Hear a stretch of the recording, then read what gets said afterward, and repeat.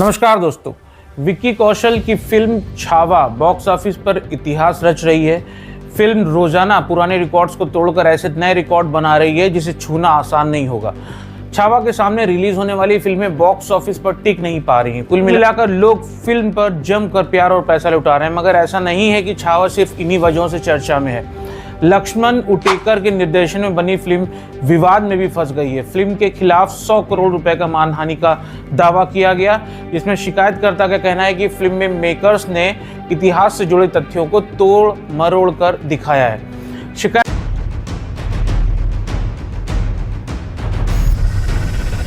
करने वाले शख्स का नाम लक्ष्मीकांत राजेश शिर्के है, जो गणोजी और कान्होजी शिर्के के वंशज हैं। उनका कहना है कि फिल्म में उनके पूर्वजों को गलत रोशनी में दिखाया गया है। उनका आरोप है कि मेकर्स ने उनके परिवार का नाम कलंकित करने की कोशिश की है। उन्होंने छावा के डायरेक्टर लक्ष्मण उटेकर को एक लीगल नोटिस भेजकर सफाई पेश करने को कहा था। मीडिया रिपोर्ट्स के अगर माने तो लक्ष्मण ने शिर्के परिवार के सदस्य भूषण शिर्के से माफी भी मांग ली है। लक्ष्मण ने कहा है, हमने फिल्म में सिर्फ गणोजी और कान्होजी का नाम इस्तेमाल किया और कहीं भी उनके उपनाम का इस्तेमाल नहीं किया। कहीं न कहीं डायरेक्टर ने माफी इसीलिए मांगी क्योंकि कुछ न कुछ इतिहास कहीं न कहीं छुपाया गया है। आज हम आपको बताएंगे संभाजी महाराज का जन्म कहाँ हुआ, कैसे हुआ, उनकी पूरी स्टोरी, और जानेंगे सच। जन्म पुरंदर किले में मराठा छत्रपति शिवाजी महाराज और उनकी पहली पत्नी साईबाई के घर हुआ था, जिनकी मृत्यु तब हुई जब वे 2 वर्ष के थे। उसके बाद उनका पालन पोषण उनकी नानी जीजाबाई ने किया। 9 वर्ष की आयु में संभाजी को पुरंदर की संधि का अनुपालन सुनिश्चित करने के लिए एक राजनीतिक बंधक के रूप में आमेर के राजा जयसिंह प्रथम के साथ रहने के लिए भेजा गया था, जिस पर शिवाजी ने 11 जून 1665 को मुगलों के साथ हस्ताक्षर भी किए थे। संधि के परिणाम स्वरूप संभाजी मुगल मनसबदार यानी कि आज के कलेक्टर जिसे कहा जाता है वह बन गए। उनके पिता शिवाजी 12 मई 1666 को आगरा में मुगल सम्राट औरंगजेब के दरबार में उपस्थित होते। सूबाए दक्कन से सरदार शिवाजी।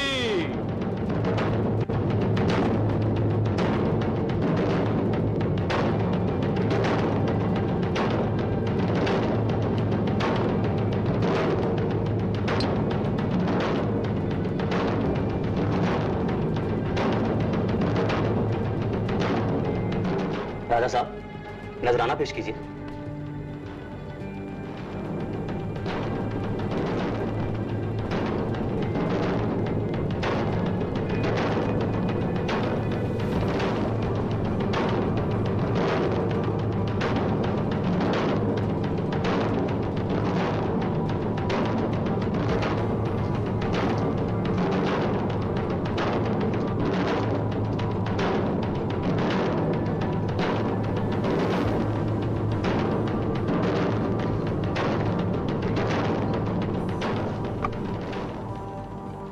हमें कहाँ खड़ा किया गया?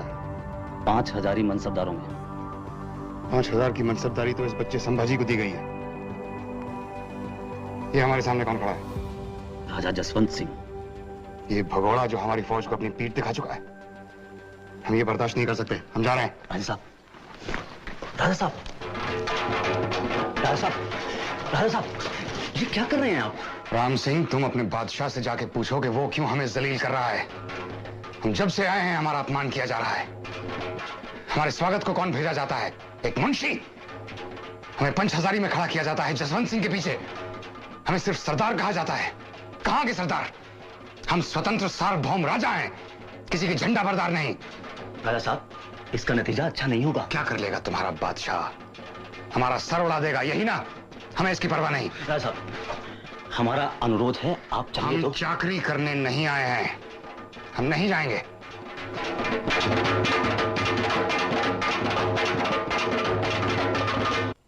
शिवाजी, आप खफा होकर भरे दरबार से उठकर चल दिए। क्या हम इसकी वजह पूछ सकते हैं? दक्कन के राजा को पंचहजारियों के बीच खड़ा करना क्या आपको शोभा देता है? जाहिर है इतना छोटा ओहदा आप कबूल करने को तैयार नहीं।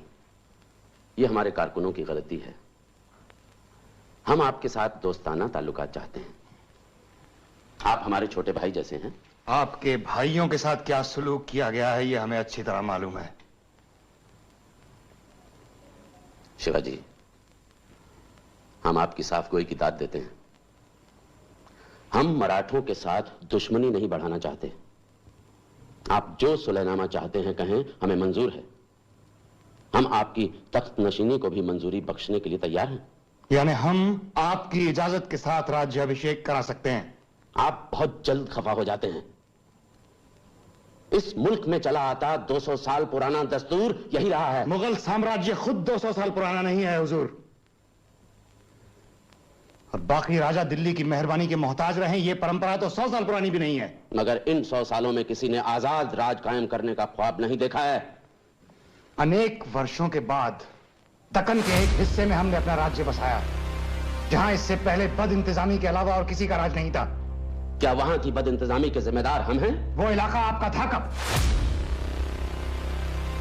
आपकी जिम्मेदारी तो बस इतनी है कि आपने अपने बुजुर्गों की बनाई हुई लीग को छोड़ दिया। हमारे बुजुर्गों ने क्या कर दिखाया है, इसे हमें आपसे सुनने की जरूरत नहीं है। आपने जो नीतियां अपनाई हैं उससे देश का कल्याण कभी नहीं हो सकता। शिवाजी, तुम्हारी इतनी हिम्मत कि तुम हमारे सामने हमारी तबाही की बात करो।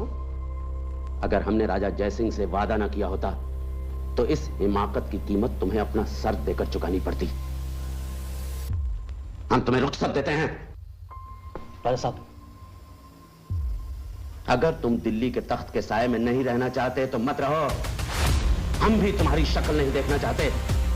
राम सिंह, इसे सलाबत खां की हवेली में रखा जाए, कड़े पहरे के साथ। क्या अपना हमारे वालिद साहब होते हैं। औरंगजेब ने दोनों को नजरबंद कर दिया, लेकिन वे 22 जुलाई 1666 को भाग निकले।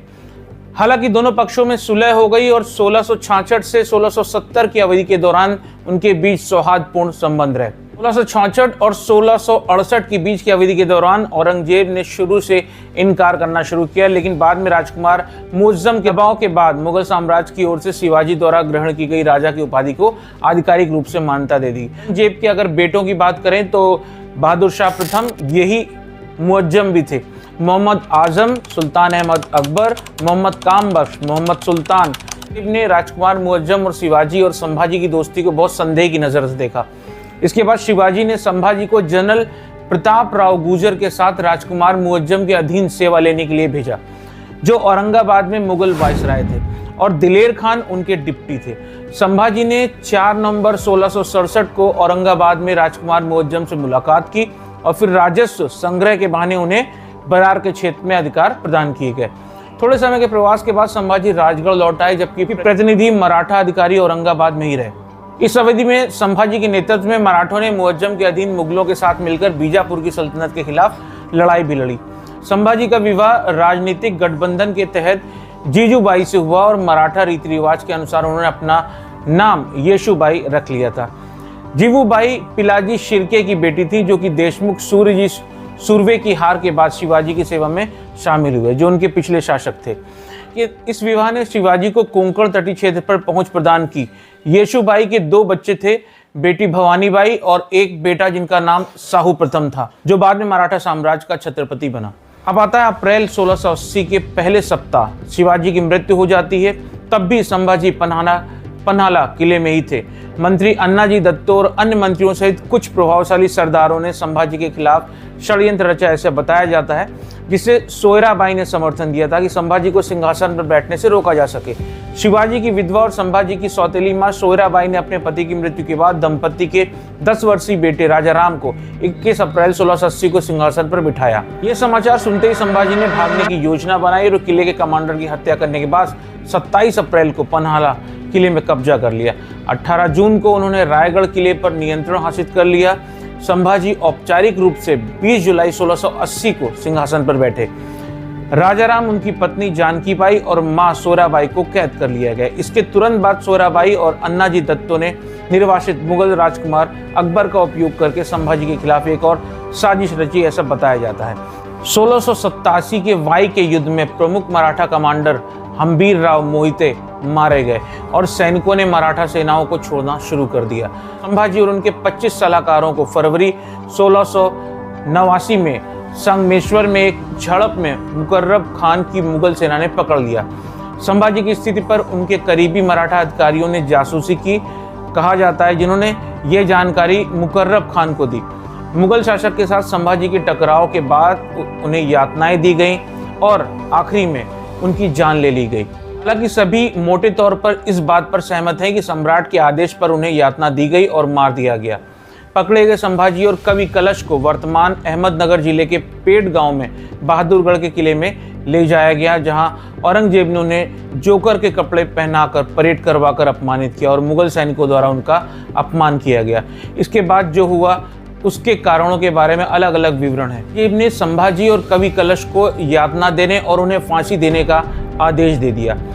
वापस इस मूवी की बात करें तो शायद कुछ लोग इसे धर्म से जोड़कर देख रहे हैं और शायद एक धर्म विशेष के लिए नफरत का भाव भी रख रहे होंगे। ये युद्ध पूरी तरह से धार्मिक युद्ध नहीं कहा जा सकता, क्योंकि अगर शिवाजी के समय में देखें तो कई मुस्लिम उनकी सेना में उच्च पदों पर थे। जैसे कि छत्रपति शिवाजी महाराज की सेना में मुस्लिम योद्धाओं और अधिकारियों की महत्वपूर्ण भूमिका रही है। वे अपने समावेशी और राजनीतिक नेतृत्व शैली के लिए जाने जाते थे और उन्होंने धर्म के बजाय योग्यता के आधार पर लोगों को अपनी सेना में प्रशासन में शामिल किया। शिवाजी महाराज की सेना में कुछ प्रमुख मुस्लिम योद्धा और अधिकारी पहले सिद्दी इब्राहिम, जो कि मराठा तोपखाने के प्रमुख सेना नायक थे, दौलत खान, जो शिवाजी की नौसेना के प्रमुख थे, सिद्दी हिलाल, एक बहादुर योद्धा जिन्होंने शिवाजी के अभियानों में साहस दिखाया और उनके साथ लड़े, मदारी मेहतर, जिनकी सहायता से शिवाजी आगरा के किले से भागे थे। महाराज सभी धर्मों का सम्मान करते थे और उनकी सेना उनकी धार्मिक सहिष्णुता और न्याय आधारित शासन नीति को दर्शाती थी। उनका मुख्य उद्देश्य स्वराज की स्थापना करना था, न कि धार्मिक भेदभाव करना। वहीं अगर बात करें मुगल बादशाह औरंगजेब की सेना की, तो औरंगजेब की सेना में भी बहुत से हिंदू अधिकारी उच्च पदों पर थे। मुगल शासन में योग्यता के आधार पर विभिन्न समुदायों के लोगों को शामिल किया जाता था। औरंगजेब के शासन में भी कई हिंदू सरदार, सेनापति और मंत्री महत्वपूर्ण भूमिकाओं में रहे हैं। औरंगजेब की सेना की बात करें तो प्रशासन में प्रमुख हिंदू अधिकारी, जिसमें राजा जयसिंह, जिन्हें मिर्जा राजा जयसिंह भी कहा जाता है, एक राजपूत सेनापति थे जिन्होंने मुगलों के लिए कई युद्ध लड़े, खासतौर पर शिवाजी के खिलाफ। इन्होंने ही शिवाजी महाराज को पुरंदर की संधि के लिए विवश किया था। राजा जसवंत सिंह, दत्ता जी, ये सारे जो थे हिंदू उच्च अधिकारी थे जो कि मुगल सेना में औरंगजेब के समय थे। हालांकि औरंगजेब की नीतियों के कारण कई हिंदू राजा और सेनापति समय के साथ मुगलों से दूर भी हो गए और उन्होंने विद्रोह भी किया। इसके बावजूद कई हिंदू अधिकारी मुगलों के प्रशासन और सेना में शामिल रहे आखिरी तक। आइए जानते हैं डॉक्टर राम पूनिया क्या कहते हैं। आपको बताते चलें कि वर्तमान में डॉक्टर राम पूनिया समाज और धर्मनिरपेक्षता अध्ययन केंद्र यानी CSSS की कार्यकारी परिषद के अध्यक्ष हैं। बहुत मंदिर तोड़े। अब पहले तो मंदिर तोड़े कितने, 12 मंदिर तोड़े, ठीक है। हर एक मंदिर तोड़ने के पीछे अलग अलग कारण, पर उसने 100 मंदिरों को दान दिया। इसके बारे में आप क्या बोलेंगे? विशंबरनाथ पांडे की किताब है फरमान्स ऑफ किंग औरंगजेब।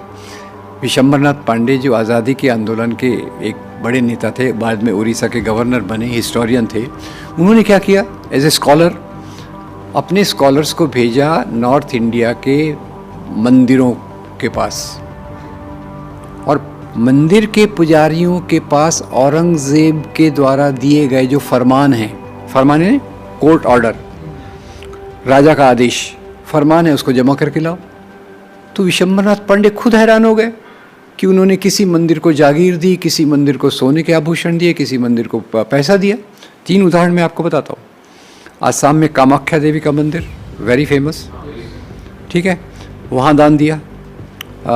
उज्जैन में महाकाल का मंदिर नहीं, और फिर तीसरा कृष्ण का मंदिर। ये 3 मुझे याद हैं, पर वो किताब आप देखेंगे डॉक्टर विशंबरनाथ पांडे की, राजकमल प्रकाशन ने की थी तो उसमें वो पूरे मंदिरों के फर्म हम बात करेंगे, वो काशी, मथुरा, बाकी चीज़ें। अब काशी, जैसे काशी के बारे में भी डॉक्टर पट्टा भी सीतारमैया एक अलग बात बताते हैं कि मंदिर में कुछ अपराध कर रहे थे, तो अपराध के कारण और हिंदू राजाओं ने कंप्लेंट किया, तो औरंगजेब ने बोला कि हम आपके लिए नया मंदिर बना देंगे।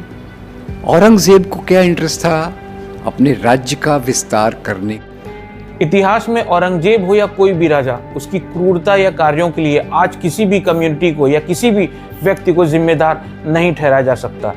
वो उस समय इतिहास को लेकर हम अपना वर्तमान नहीं बिगाड़ सकते। जो भी इतिहास है हमें उससे सीखना चाहिए, लेकिन 1857 के बाद सबने मिलकर, सारे धर्म के लोगों ने मिलकर एक साथ लड़ाई लड़ी है। तो दोस्तों, ये था आज का वीडियो जिनमें हमने कोशिश की है कि संभाजी के जीवन के बारे में आपको कुछ तथ्य बताए जाएं और इस बात को भी साफ किया जाए कि एक धार्मिक युद्ध नहीं बल्कि दो राजाओं के बीच का युद्ध था। दोस्तों, आपको ये वीडियो कैसा लगा हमें कमेंट्स करके बताएं, वीडियो को शेयर कर दें। मिलते हैं नए वीडियो में, तब तक के लिए नमस्कार।